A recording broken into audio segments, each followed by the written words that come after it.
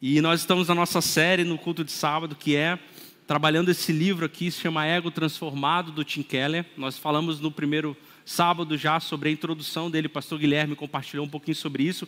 É um livro bem fininho, mas é um livro muito, muito impactante e poderoso. E hoje nós vamos continuar e nós vamos falar um pouquinho do capítulo 1 desse livro.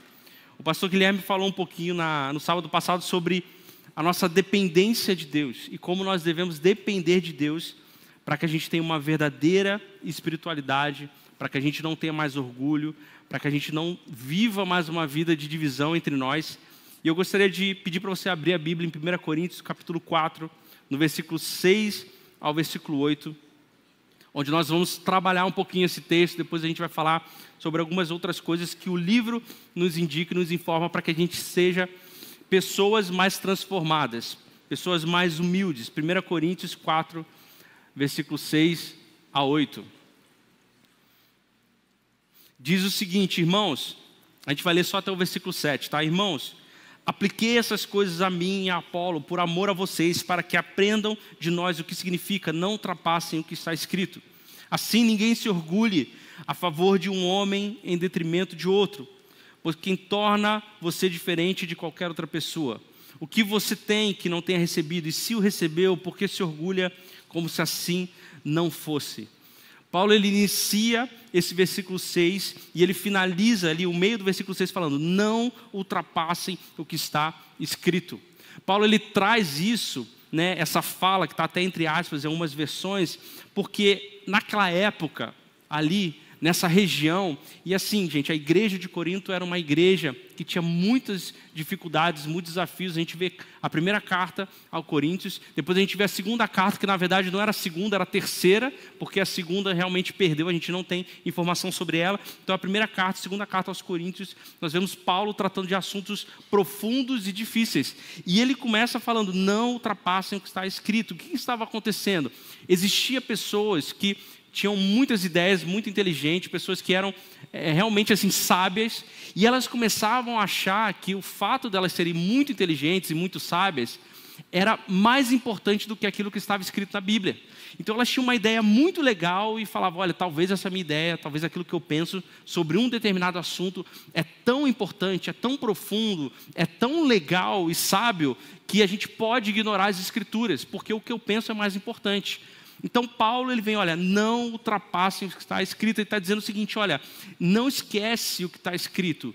Essas pessoas sábias, que se dizem sábias, e se dizem conhecedoras, inteligentes, elas estão esquecendo da cruz de Cristo, elas estão esquecendo do que realmente importa. Então não pense que a gente pode ignorar a palavra e achar que só por a gente ter um pensamento intelectual bonito e lindo, isso é mais importante do que a Bíblia. Então as pessoas começaram a falar isso. Basicamente, eu coloquei um exemplo, eu transcrevi aqui, eu resumi, o que Paulo está querendo dizer é o seguinte, não inventem moda. Fiquem com o que já está escrito na palavra e não criem divisões baseadas em preferências pessoais ou orgulho espiritual. E aí ele vai dizer o seguinte, ninguém se orgulhe, está aí no texto, a favor de um homem em detrimento de outro. Então o que começava a acontecer? Surgia alguém com conhecimento muito bacana, muito legal, e as pessoas, olha, talvez isso aqui seja mais importante que a Bíblia. E aí eles começavam a olhar para essa pessoa que tinha esse conhecimento e falar, nossa, ele realmente é o cara, olha o conhecimento, olha a inteligência dele, muito mais legal do que a palavra. Olha, e mais do que isso, vou dizer, é meu amigo, hein? Ele é meu parceiro, olha só como ele é sábio. Então as pessoas começaram a se orgulhar por serem amigos daqueles que sabiam ou se diziam saber mais do que a Bíblia. Isso é interessante porque você percebe que o orgulho, ele é tão mesquinho a ponto de você se orgulhar de ser amigo de alguém que sabe muito. E nem é você que sabe muito, sabe? Sabe quando você se orgulha de ser amigo de alguém inteligente? É como se eu chegasse e falasse assim, Felipe Breder, eu tenho contato dele no WhatsApp. Posso agora mandar um áudio para ele, chegar, ô Breder, parceiro. E aí parece que eu fazer isso demonstra que eu tenho alguma importância só por eu ser amigo do cara que é inteligente. Então, além das pessoas estarem buscando essas ideias que eram fora da Bíblia, elas estavam se orgulhando porque eram amigos do cara que tinha uma ideia inteligente. Não parece tão pobre isso? Mas isso indica como o nosso orgulho é. Ele se apega às poucas coisas. Tinha Tim Paulo e tinha Apolo, sabe? Eu sou Tim Paulo. Ué, mas você nem conhece o cara, mas eu gosto dele. Eu gosto muito dele, então eu tenho orgulho disso. Eu sou Tim Apolo. Ué, mas ele nem te conhece, não importa. Eu conheço ele, eu sei o nome dele, sei até onde ele mora. Então isso, as pessoas se apegavam a isso. E aí, por tão pouco orgulho, as pessoas começavam a criar divisões entre elas. Só por achar legal o conhecimento de pessoas que talvez nem conheciam elas. É como se a gente começasse a levantar bandeiras de bandas famosas, de cantores famosos ou de pregadores famosos. A pessoa nem sabe que a gente existe, não tem nem do que a gente se orgulhar disso. Mas a gente se apega, mesmo por tão pobre, tão mesquinho, a gente se apega a isso. Isso é a prova de que a gente pode se orgulhar por qualquer coisa. Qualquer coisa. Você pode se orgulhar pela camisa que você está vestindo, pela roupa que você está vestindo, pelo lugar que você sentou, sabe? Pela luz que está brilhando sobre você. Isso mostra como o nosso orgulho ele pode se inflar, até nas pequenas coisas, até em coisas que a gente assiste na televisão. Coisas que, essa série, já assisti, maratonei. Ó, Grey's Anatomy, 50 temporadas, já vi todas, na mesma noite. Eu usei essa série porque ela tem 1 milhão de temporadas, né? E tem gente que se orgulha de que viu todas. Eu falei, meu Deus, e livro, e Bíblia, e oração. Então, a gente se orgulha disso, de tão pouco. A gente se orgulha de ter visto um filme na pré-estreia, porque ninguém viu. Entende? Isso é maravilhoso para a gente, porque a gente gosta de se inflar. E aí Paulo ele começa a fazer uma série de perguntas retóricas, que é maravilhoso. Ele chega e fala assim, pois quem torna você diferente de qualquer outra pessoa? É claro que a gente sabe a resposta para essa pergunta. Paulo está dizendo assim, o que te faz diferente de outra pessoa? A resposta é nada. Porque a gente sabe que todo mundo é pecador e todo mundo precisa da graça. Não importa o que você fez, o que você tem, você é pecador e precisa da graça. Então isso nivela todo mundo. Então do que você tem de se orgulhar? Se você precisa do que todo mundo precisa e você é pecador igual a todo mundo. Aí ele faz uma segunda pergunta e diz, o que você tem que não tenha recebido? Ou seja, cada um aqui recebeu a mesma coisa. A cruz de Cristo. Cada um aqui estava em débito com Deus e nós recebemos a cruz de Cristo como nossa salvação. E tudo que nós temos, tudo, literalmente tudo que você tem, materialmente falando, espiritualmente falando, foi dado por Deus. E ele pergunta, o que você tem que você não recebeu de Deus? A resposta é nada. Nós não temos nada, tudo que nós temos veio de Deus. E aí ele faz uma outra pergunta retórica e fala assim, e se o recebeu? Ou seja, se alguém te deu, por que você se orgulha? Como se assim não fosse. Ou seja, se você que recebeu tudo que você tem, por que você tem orgulho daquilo que você recebeu e não é teu? Ou seja, tanto materialmente falando, quanto espiritualmente falando, você pode até, de uma forma superficial, olhar e falar, não, foi o meu trabalho. Foi eu que conquistei. Mas no final das contas, foi Deus que permitiu e foi Deus que deu. Não tem nada do que nós podemos nos orgulhar. E aí, quando nós olhamos para aquilo que Deus nos deu, e nós dizemos, não, eu é que consegui, meu esforço é que conseguiu, a gente está declaradamente expressando ingratidão. A nossa vida é uma vida de ingratidão quando a gente olha para as coisas que nós temos, seja espiritualmente falando ou materialmente falando, e nós colocamos o resultado daquilo sobre aquilo que nós fazemos, ou da onde nós viemos, ou da família que a gente nasceu, ou do meu sobrenome. Então isso é desprezar aquilo que Deus nos deu e expressar ingratidão através da nossa vida. Isso quer dizer também que se você recebeu dons e talentos da parte de Deus e você decide não usá-los, isso quer dizer que você está ignorando aquilo que Deus te deu e tendo uma vida de ingratidão também. Ou seja, se você tem algum talento, algum dom, alguma coisa, isso veio de Deus e você decide não servir, e aí servir você pode olhar para a igreja e servir aqui na igreja, ou olhar para o seu trabalho, ou olhar para a sua carreira e ver que você pode ser melhor alguém lá. Se você decide não servir com aquilo que você tem, você está expressando ingratidão, porque o que você tem não te deu. Ou seja, o tempo que você tem não é seu, foi Deus que te deu de presente, então não podemos gastar com aquilo que a gente acha que é bom. Nós devemos perguntar para Deus, Deus, o que eu faço com o dom que você me deu? O que eu faço com o tempo que você me deu? O que eu faço com os talentos e habilidades que o Senhor me deu? E eu nasci assim porque o Senhor quis. E aí a gente decide servir. Porque se a gente ignora isso e acha que nós ganhamos ao meu tempo, é o meu salário, fui eu que ganhei, eu decido a minha vida, eu controlo a minha vida, eu estou expressando ingratidão e dizendo, Deus, eu é que sou dono de mim.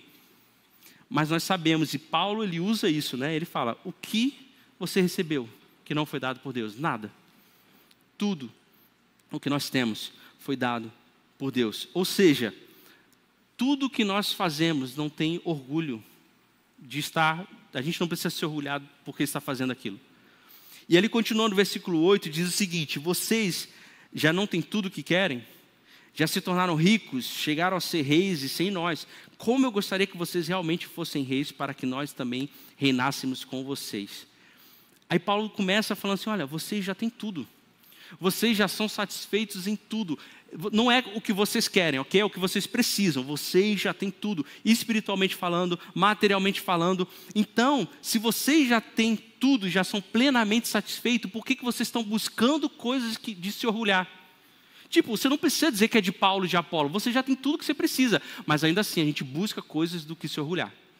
Bandeiras que nós queremos levantar, coisas que nós fizemos. Só que ele está dizendo, olha, vocês já têm tudo. Se vocês não fizerem mais nada, não se apoiarem em mais nada, não se orgulharem mais de nada, vocês já são satisfeitos com o que vocês têm. E aí Paulo inicia uma série de sarcasmos, ironias.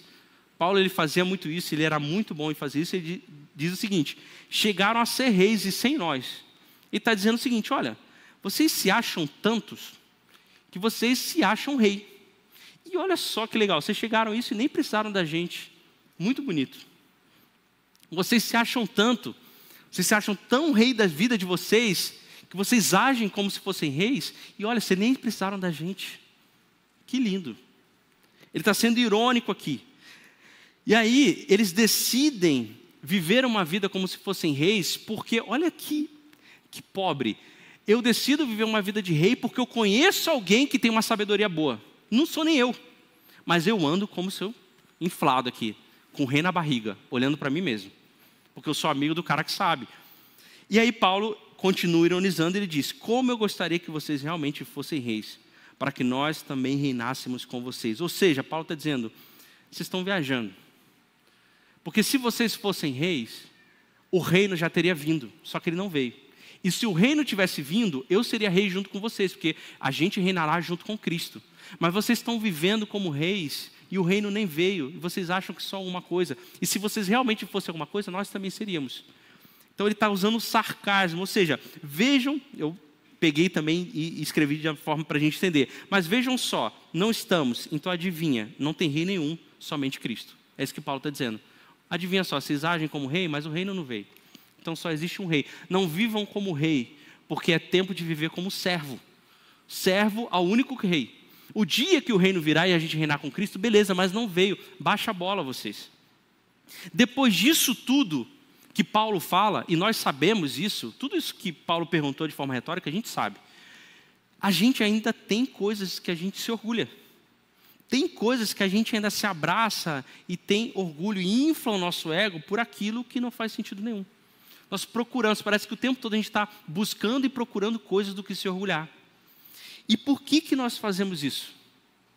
Por que nós fazemos isso mesmo sabendo de tudo isso que Paulo falou? Por que parece que é uma necessidade nossa mesmo sem perceber? Parece que naturalmente a gente vai por esse caminho. Inclusive é o tema e o título da nossa palavra. Porque naturalmente a gente se torna egoístas. Porque ou nós buscamos a autoexaltação, ou nós buscamos a autodepreciação. Normalmente, todos nós tendemos para um desses lados. Ou seja, eu penso mais de mim mesmo, ou eu penso menos de mim mesmo. Qual que é o problema disso? O problema é que se eu penso mais de mim mesmo, ou menos de mim mesmo, o ego ainda existe. O ego ainda está lá. O ego ainda está, quando eu penso mais de mim mesmo, sendo inflado cada vez mais, ou quando eu penso de mim mesmo, quer dizer que ele foi esvaziado em algum momento, ou está esvaziando. Então é por isso que nós sempre tendemos a caminhar para esse caminho. Ou a gente vai para um caminho de se encher cada vez mais, ou para um caminho onde a gente se enche, mas algo que aconteceu na nossa vida fez com que a gente se desinflasse, esvaziasse. Inclusive, o texto usado por Paulo, quando ele fala sobre orgulho, é justamente uma palavra que significa inflado, inchado. Nesse texto, quando ele fala assim, não se orgulhem, ele está dizendo o seguinte, olha, não fiquem inflados, não fiquem cheios. E a expressão toda aqui tem um significado ainda mais profundo, quando ele diz que a ideia de orgulho é a ideia de um órgão que foi cheio, muito cheio, que está completamente esticado. E aí, quando um órgão está cheio e esticado, ele fica vazio, dolorido, ocupado e frágil. E é esses 4 pontos que eu queria falar com vocês essa noite. E aí eu trouxe, para expressar isso, 2 bexigas. Ok? Nós temos ou um ego que foi esvaziado, um ego vazio, um ego que sofre autodepreciação. Sabe a pessoa que pensa menos em si mesmo, tem baixa estima? Essa pessoa, ela ainda tem o ego dela, mas ela está vazio. E nós temos o outro lado, que é a pessoa que ela foi se inflando. Ela foi se enchendo porque teve coisas que ela foi se orgulhando. E aí, como Paulo falou, o ego é esse órgão inflado, que se enche, procurando coisas para se exaltar.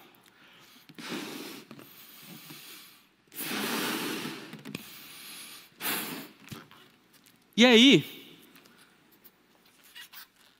estou vendo a gente botando a mão no ouvido aí. Qual que é o problema disso? E isso o livro vai tratar muito bem. Que quando eu e você temos um ego, talvez vazio, porque aconteceu alguma coisa na nossa vida, mas cheio, nós primeiro temos esse ego, que ele pode estar inflado, mas assim como essa bexiga, dentro dele está vazio. Não tem nada. Nada preenche. Você pode botar qualquer coisa aqui dentro que vai ficar chacoalhando e nada vai preencher esse vazio. Porque a gente vai tentando colocar sucesso, status, a gente vai querendo colocar a aprovação das pessoas e o ego vai inflando, mas ele continua vazio. Porque nada sustenta ele. Nada segura ele. Não existe nada sólido para poder prender ele. E existe um personagem na Bíblia, uma pessoa na Bíblia, que é essa pessoa que tinha esse ego inflado, que é Salomão. Salomão viveu tudo o que eu e você mais desejamos e queremos viver na vida. Sabe seus maiores desejos? Ele viveu. Só que ele não viveu só de realizar eles. Ele viveu de realizar eles muito. Se você ler Eclesiastes 2, versículo 10, diz o seguinte: não me neguei nada que os meus olhos desejaram. Não me recusei a dar prazer algum ao meu coração. Na verdade, eu me alegrei em todo o meu trabalho. E essa foi a recompensa de todo o meu esforço. Contudo, quando avaliei tudo que as minhas mãos haviam feito e o trabalho que eu tanto me esforçara para realizar, percebi que tudo foi inútil. Foi correr atrás do vento. Não há qualquer proveito no que se faz debaixo do sol. Então Salomão, ele já provou de tudo, ele já teve prazer de tudo, ele provou muito de tudo. Então você não precisa provar dos seus maiores desejos. Salomão já fez isso, ele já foi a cobaia, ele já mostrou para a gente como funciona. E adivinha só o que ele falou no final? Não serve para nada, não me satisfez. Então você que tem buscado se orgulhar e aprovação e outros desejos para ter o seu ego inflado, o final da sua história é que isso ainda vai continuar vazio.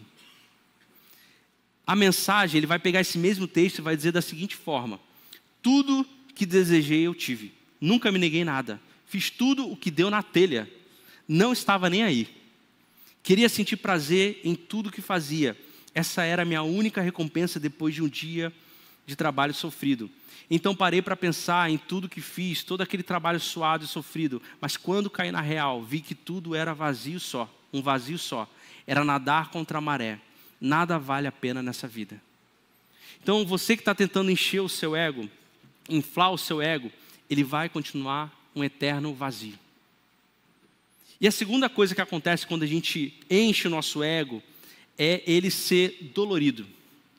Sabe quando você comeu demais? E aí, às vezes, você tem até dor na barriga porque você inflou demais o seu estômago.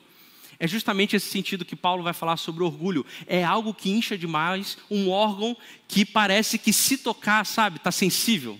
Assim como uma bexiga que você vai enchendo e ela vai ficando cada vez mais sensível, que qualquer coisinha estoura ela. Esse é o ego da gente. E aí, qualquer coisa, a gente diz que, meu Deus, feriu meus sentimentos. Não feriu sentimento nenhum, feriu o seu ego. Seus sentimentos estão tranquilos, mas o seu ego foi ferido. Meu orgulho, sabe aquilo que a pessoa fala, nossa, meu orgulho foi ferido? É isso. Que ela está tão sensível, porque ela está tão inflado, que ela não consegue ouvir nenhum não.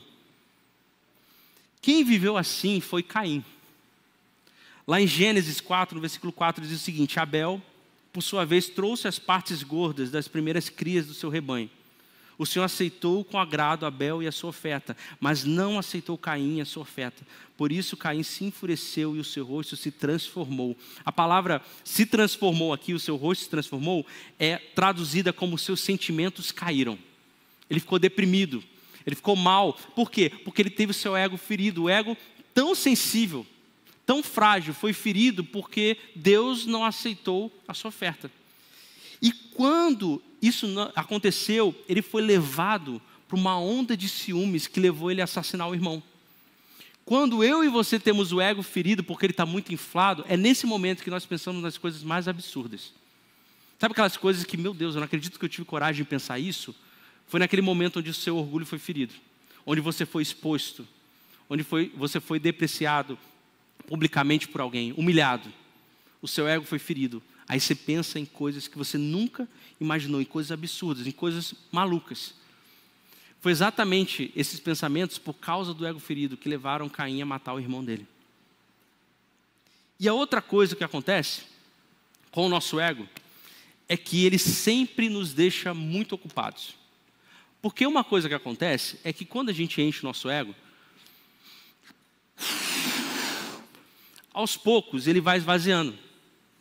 E o que você precisa fazer para encher ele? Receber um novo elogio. Ouvir de alguém que hoje você está bonita e está bem vestido, porque você está com uma roupa da moda ou caro. Ou então você recebeu mais curtidas no seu Instagram e você gostou disso. Só que ao longo do tempo o nosso ego vai esvaziando. E a gente tem que encher ele de novo, porque esse é o caminho natural. A gente quer ter do que se orgulhar. E aí a gente precisa estar sempre fazendo algo novo. Precisa sempre estar fazendo algo novo para receber esses olhares que vão nos elogiar. Essas coisas que vão dizer que nós fazemos bem, trabalhamos muito, somos bons naquilo que a gente faz. Só que aí você começa a ter uma vida de comparação. Porque sempre vai ter alguém melhor do que você fazendo. E aí você precisa fazer mais do que ela, porque você precisa encher o seu ego, porque as pessoas precisam elogiar você e não essa outra pessoa. A gente vê isso quando C.S. Lewis escreve lá no Cristianismo Puro e Simples o seguinte: o orgulho não se satisfaz em ter uma coisa, mas em tê-la em quantidade maior do que os outros. Dizemos que as pessoas se orgulham de ser ricas, espertas ou bonitas, mas isso não é verdade. Elas têm orgulho de ser mais ricas, mais espertas ou mais bonitas que os outros. Se todos fossem igualmente ricos, ou inteligentes, ou bonitos, não existiria motivo de orgulho. Então, se você está igual a todo mundo, não tem do que você se orgulhar. Então, você precisa fazer mais. Você precisa comprar mais. Você precisa trabalhar mais. Você precisa ter mais reconhecimento naquilo que você está fazendo. Só que tem uma coisa muito engraçada nisso, porque nós confundimos frutos com resultados. Isso é muito comum. Sabe quando eu olho para o Flow e falo, nossa, está vendo os frutos de pessoas vindo, de PGs multiplicando? Ou quando a G e o pastor Guilherme olham para o livro e dizem, nossa, está vendo os frutos? Na verdade, isso não são frutos, gente. Isso é sim resultado de muito trabalho. E sim, nós queremos mais pessoas e alcançar mais pessoas para a glória de Deus. Mas fruto, quando a gente lê lá em Gálatas 5:22, fala sobre, mas o fruto do Espírito é o amor, alegria, paz, paciência, amabilidade, bondade, fidelidade, mansidão e domínio próprio. Contra essas coisas não há lei. Então, quando nós falamos de coisas que nós devemos fazer mais para encher o nosso ego, isso não são frutos, são resultados. Fruto é saber se eu estou me parecendo mais com Jesus. Então, não me importa se a rede não crescer. Eu estou fazendo daqueles que estão na rede mais parecido com Jesus e eu estou me parecendo mais com Jesus. Esse é o meu fruto. É isso que eu mostro. Os resultados podem vir, glória a Deus, mas eu não quero os resultados para encher o meu ego. Eu quero olhar para a minha vida e falar, eu estou me parecendo mais com Jesus. Isso é fruto. É fruto. Nós queremos os dois, mas o mais importante na nossa vida é, eu estou gerando fruto, que é o amor, e me parecendo mais com Cristo. Porque isso, gente, ninguém vê. Ninguém vê você fazendo devocional para ter mais relacionamento com Deus. Aí sabe o que acontece? Você não tem nada do que se encher. que as pessoas não estão olhando. Mas é isso que faz você gerar fruto de verdade, de parecer mais com Cristo. Agora, aquilo que é público, a gente às vezes faz só para receber mais o elogio, porque nós estamos sempre ocupados querendo receber o elogio das pessoas. Quem fez isso na Bíblia foram os fariseus. Lá em Mateus, capítulo 23, versículo 5, diz: tudo o que fazem é para serem vistos pelos homens. Eles fazem seus filactérios bem largos e as franjas de suas vestes bem longas. Gostam do lugar de honra, dos banquetes e dos assentos mais importantes das sinagogas, de serem saudados nas praças, de serem chamados rabis. Então os fariseus, eles estavam tão ocupados para encher o ego pela aparência, que eles esqueceram de ter relacionamento com Deus, que é o mais importante. Então quando nós fazemos isso, nós estamos agindo como ele, a ponto de eles terem tanta inveja, que eles estavam dispostos a matar. Ou seja, surgiu alguém que denunciava o pecado deles, que eles estavam só enchendo o ego deles, que eles falaram: não, vamos crucificar. Esse aí está dizendo, e está mostrando realmente quem nós somos. Então quando nós enchemos o nosso ego, nós olhamos para o outro e começamos a nos comparar, e a gente está querendo ficar tão ocupado de realizar mais, que a gente está disposto a crucificar o outro, passar a perna, porque não pode ter ninguém melhor que a gente. E a última coisa que nós vemos é sobre o ego, que ele se torna frágil. Assim como a bexiga que a gente vai enchendo, inflando, cada vez mais que o nosso ego vai enchendo, ele vai se tornando cada vez mais frágil. Isso é normal, ele vai esticando até estourar. E uma pessoa que viveu isso na Bíblia é Pedro. Lá em Mateus 26, olha o que aconteceu. Pedro respondeu: ainda que todos te abandonem, eu, Pedro, Pedrão, forte, corajoso, sustentado em mim mesmo, nunca te abandonarei. Respondeu Jesus: asseguro-lhe que ainda esta noite, antes que o galo cante, 3 vezes você me negará. Então Paulo, confiando nele mesmo, dizendo: eu nunca vou te abandonar. Os outros vão, mas eu não. Eu não. Porque aqui, eu permaneço, orgulho de mim mesmo, eu fico. Só que o ego tão frágil, sustentado por algo tão frágil, que era ele mesmo. No primeiro perigo, no primeiro confronto, em que a mulher virou para ele e falou: eu te conheço. Ele: não, eu não sei quem é esse cara. Porque o ego é tão frágil, ele se torna algo tão, assim, pobre, que qualquer coisa pode estourar ele. Qualquer coisa pode chegar, um alfinete fino, pequeno, sem poder nenhum de nada, pode estourar esse ego.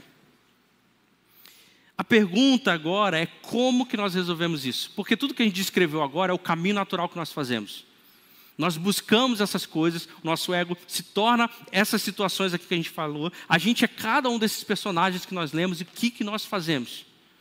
Qual que é a resposta para esse grande problema? E aí, o que nós vamos ouvir é que existem 2 soluções. Ou você pensa mais de si mesmo, porque você se torna seguro de si, como a gente falou no início, ou você pensa menos de si mesmo, porque o que você tem que fazer é esvaziar o seu ego. Mas a resposta bíblica, a resposta do evangelho não é nenhum nem outro.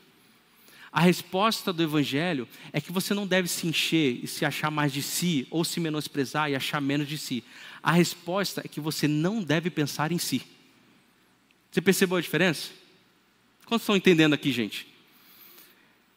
O que o evangelho nos fala não é que você deve se inflar ou se esvaziar.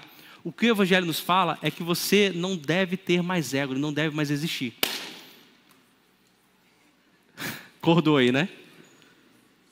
Então, quando nós descobrimos quem nós somos em Cristo, não é que eu me acho por isso, ou eu me menosprezo, ou sou mais humilde. É que eu olho para a minha vida e falo: não existe mais eu.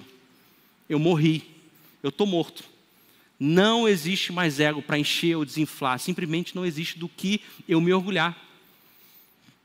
E aí, como que eu e você podemos encontrar essa verdadeira humildade de ter uma vida sem ego? Quando nós abrimos Filipenses 2, no versículo 3, nós descobrimos essa resposta. Nós lemos o seguinte: nada façam por ambição egoísta ou por vaidade. Então Paulo está nos dando uma outra instrução. Ele está dizendo: olha, o segredo para você não ter ego, primeira coisa, nada faça por ambição egoísta. Ambição egoísta é uma vontade forte de se dar bem na vida sem se preocupar com o certo e errado. Então, quando você ainda tem ego e quer se encher, Você começa a fazer qualquer coisa, você não se preocupa se é certo ou errado. Você só quer fazer porque aquilo vai fazer bem para você e você vai poder encher o seu ego. Então você começa a maltratar as pessoas, puxar o tapete das outras pessoas, falar o que não deveria, porque eu não me importo com o que é certo e errado. Porque eu tenho uma ambição egoísta. É o quê? É encher o meu ego. É ser elogiado. E ele vai dizer outra palavra, ou por vaidade. Vaidade é atribuir a mim mesmo, as minhas qualidades, seja físicas ou intelectuais, para que eu seja reconhecido e admirado pelos outros. Então, vaidade é eu olhar para mim, ver no que eu sou bom, ou ver como eu sou bom em alguma coisa, e trazer isso à tona, para que as pessoas olhem isso e falem, nossa, está vendo como ele é bom mesmo? Está vendo como ele realmente é bom? E aí isso enche mais o nosso ego. Então Paulo está dizendo, ó, nada façam por ambição egoísta ou por vaidade. Mas ok, o que a gente tem que fazer? Aí ele vai dizer, mas humildemente, considere os outros superiores a si mesmo. Qual que é a solução da gente viver uma vida sem ego? É olhar para o outro e falar, essa pessoa é mais importante que eu. Não importa a situação de estudo dela, a situação financeira dela, a situação física dela. Essa pessoa é mais importante do que eu. O que quer dizer essa pessoa é mais importante do que eu? É estar no meu trabalho e ver alguém que fez um trabalho melhor do que eu e reconhecer publicamente aquele trabalho que ela fez, mesmo que isso me prejudique. É estar na minha família e começar aquelas discussões calorosas, é eu ficar quieto, mesmo sabendo que eu tenho razão. É olhar para o trânsito e ver alguém fazendo algo que não deveria, e furando a minha vez, e me fechando, e ficar quieto. Porque eu não sei o que aquela pessoa está fazendo. Ela pode ser só um mau motorista, mas não importa. Eu considero ela superior a mim. Eu considero que ela dirige melhor do que eu, mesmo não parecendo, mesmo não achando. Na igreja, é servir sem buscar nenhum tipo de status. Nenhum tipo de consideração. Se isso acontecer, glória a Deus, mas se não acontecer, eu morri. Eu não preciso disso. Nas redes sociais, é não postar mais um post para receber qualquer tipo de elogio, mas postar algo que realmente vai edificar a vida dos outros, sem se preocupar com o que vai acontecer, ou quantas curtidas e compartilhamentos eu vou ter. Só que Paulo, ele não para por aí, ele diz, considere o outro superior a si mesmo. E aí, a partir do versículo 5, ele nos dá um padrão.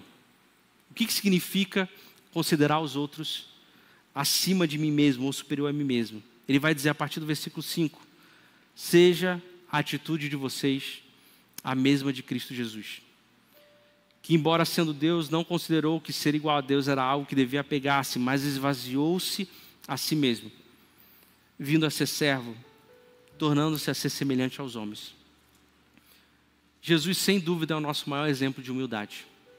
Porque ele fez exatamente isso. Ele considerou cada um de nós superiores, morrendo naquela cruz e entregando a vida dele. Ele abriu mão desses privilégios de ser Deus. A palavra aqui que fala que ele se esvaziou é literalmente como um frasco cheio de líquido e é esvaziado e ele não serve mais para nada. Essa é a expressão que está escrito aqui. Jesus se esvaziou de tudo o que ele tinha em glória com o Pai, para se tornar servo de cada um de nós. Aquele que era Deus, olhou para nós, e em algum momento da história, viu que nós éramos superiores a Ele, para que Ele morresse naquela cruz. Mesmo a gente sendo pecador, mesmo a gente não merecendo nada, mesmo Ele sendo dono de tudo e poderoso para todas as coisas. O Filho de Deus nasceu pobre, em uma família pobre, em uma cidade pobre. Nasceu em uma estrebaria. Cresceu em uma carpintaria e morreu em uma cruz. Se o próprio Deus se humilhou, o que será de nós? Foi homem como nós, sofreu tentações e tribulações. Ninguém aqui tem dúvida de que Jesus sabia quem ele era. Ninguém. Jesus sabia quem ele era. Ele sabia o que ele veio fazer nessa terra. Tinha muito claro a missão e o propósito dele. Ele não pensava mais de si ou menos de si. Ele sabia quem ele era. Mas eu tenho certeza de uma coisa, que Jesus não pensava em si. Ele não pensava em si mesmo, isso eu tenho certeza. Por isso que ele entregou a vida dele na cruz. E eu queria ler um texto de uma música que expressa, de uma forma muito poética, isso que a gente está falando aqui. Diz o seguinte: o eterno teve início, o impassível chorou, o rico empobreceu, o vigia dormiu, o verbo balbuciou. A chama alvoreceu. O onipotente engateou, a sabedoria aprendeu, o fundamento tropeçou. Banharam o Redentor. Criaram o Criador, Deus cresceu. No monte fumegou e num colo se aninhou. Se aqueceu. Sua voz que trovejou mudou e destoou. Foi jovem o meu Senhor, Deus cresceu. Adolescente que era Deus, a voz do trovão desafinou. Paciente esperou. O firmamento a que pisou, a soberania obedeceu. Um útero o gestou. Proveram ao provedor, Deus nasceu. Para a cruz se preparou. Deus morreu e reviveu. Quando eu olho para a vida do Pedrinho hoje, e a gente vê quão dependente uma criança é de um adulto, principalmente na fase de bebê, recém-nascido, eu começo a imaginar, nossa, Jesus passou por isso. Deus teve que ser amamentado, porque Ele decidiu se humilhar e servir a cada um de nós. Deus teve que ser ensinado a andar, a falar, a escrever. O que tinha toda a sabedoria, todo o universo, dono de tudo e poderoso para tudo, decidiu se tornar menos do que nós, para morrer por nós, naquela cruz se humilhando.